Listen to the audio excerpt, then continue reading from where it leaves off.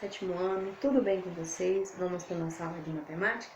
Na aula de hoje a gente vai estudar sobre grandezas diretamente proporcionais. Mas o que é isso?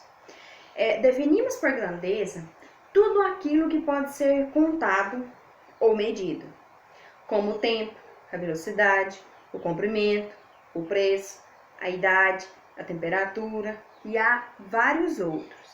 As grandezas elas são classificadas em diretamente proporcionais ou inversamente proporcionais. As grandezas diretamente proporcionais são aquelas grandezas onde a variação de uma provoca a variação da outra, tá? Numa mesma razão. Por exemplo, se uma dobra, a outra também dobra. Se uma triplica, a outra também vai triplicar. Ou seja, o que influencia em uma vai influenciar na outra. Já as grandezas inversamente proporcionais, ela é uma grandeza inversamente quando as operações são inversas. Elas são utilizadas nas grandezas. Por exemplo, se dobrarmos uma grandeza, temos que dividir a outra por 2. Se triplicarmos a primeira, devemos dividir por 3, ou seja, é o inverso. O que você faz na primeira, você vai fazer o inverso na segunda.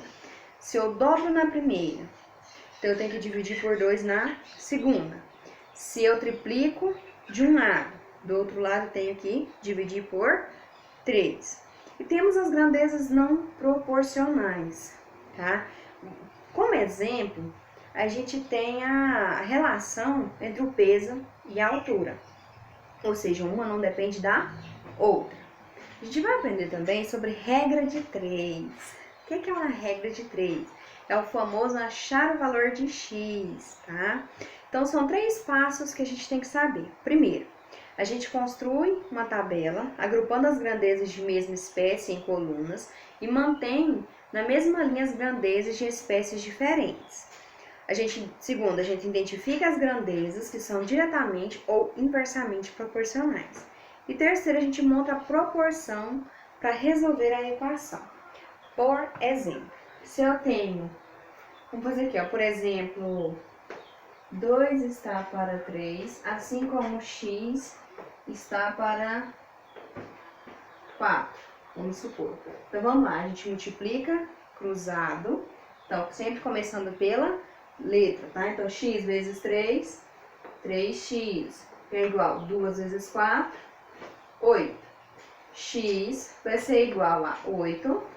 O 3 está multiplicando, vai passar dividindo. Então, o valor de x é 8 terços, tá? A regra de 3, você vai trabalhar muito com operação inversa. Por quê? Porque você vai trabalhar a questão da igualdade, tá? Para você encontrar o valor de x. A gente vai relembrar também sobre porcentagem, a gente já estudou. A porcentagem ela é uma das áreas da matemática mais conhecidas. Por quê? Porque ela é utilizada praticamente em todas as áreas. Quando queremos comparar grandeza, estimar crescimento de alguma coisa, expressar uma quantidade, um aumento, um desconto, tá? Do preço de alguma mercadoria. Então, a porcentagem, ela, a todo momento, mesmo quando a gente não percebe, a gente utiliza ela. Dentro da porcentagem, a gente vê os acréscimos e decréscimos percentuais, tá? O aumento e o desconto, no caso que é o decréscimo, eles são aplicados sobre o preço da venda de uma mercadoria. Antes de alterar o valor de um produto, as variáveis como inflação, oferta e procura são levadas muito em consideração, tá? Ou seja, um objeto, uma mercadoria, ela não aumenta à toa. Ela tem ser levado em consideração algumas variáveis que influenciam esse aumento ou queda, né? Em caso decréscimo. A gente vai relembrar também a questão dos juros, tá? Para a gente calcular os juros, por exemplo, se eu peguei um dinheiro emprestado com alguém, aí eu vou pagar um juro a tantos por cento, por exemplo.